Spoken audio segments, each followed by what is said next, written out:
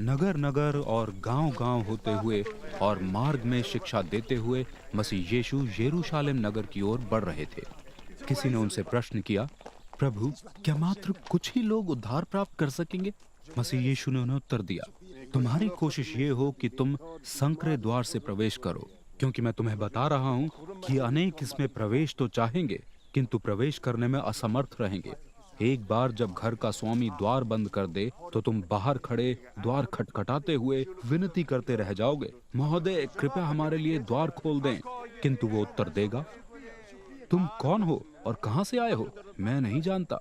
तब तुम कहोगे, हम आपके साथ खाया पिया करते थे और आप हमारी गलियों में शिक्षा दिया करते थे।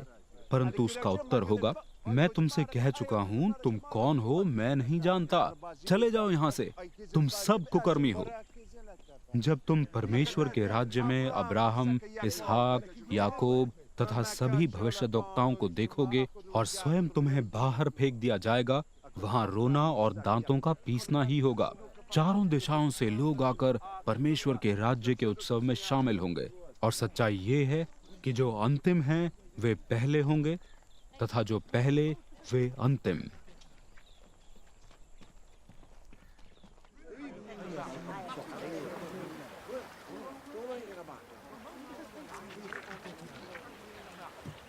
उसी समय कुछ फरीसियों ने उनके पास आकर उनसे कहा, यहाँ से चले जाओ, क्योंकि हेरोदेस तुम्हारी हत्या कर देना चाहता है।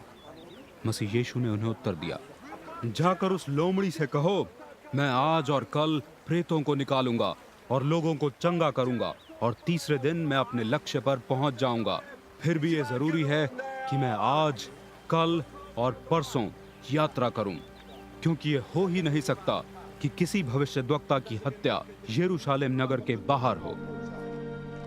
यरूशलेम, हो यरूशलेम, तुम ऐसे नगर हो जो भविष्यद्वक्ताओं की हत्या कर देता है तथा उनका पथराव करता है जो इसके लिए भेजे जाते हैं। कितनी ही बार मैंने चाहा कि तुम्हारी संतानों को इकट्ठा करूं, ठीक वैसे ही जैसे मुर्गी अपने चूजों को अपने पंखों के नीचे इकट्ठा कर लेती है, किंतु तुम ही ने ना चाहा, इसलिए तुम्हारा घर तुम्हारे लिए उजाड़ छोड़ा जा रहा है। जो मैं तुमसे कह रहा हूं उसे सुनो। तुम मुझे तब तक ना देखोगे जब तक वो समय ना आए जब तुम ये कहोगे, धन्य है वो जो प्रभु के नाम में आता है।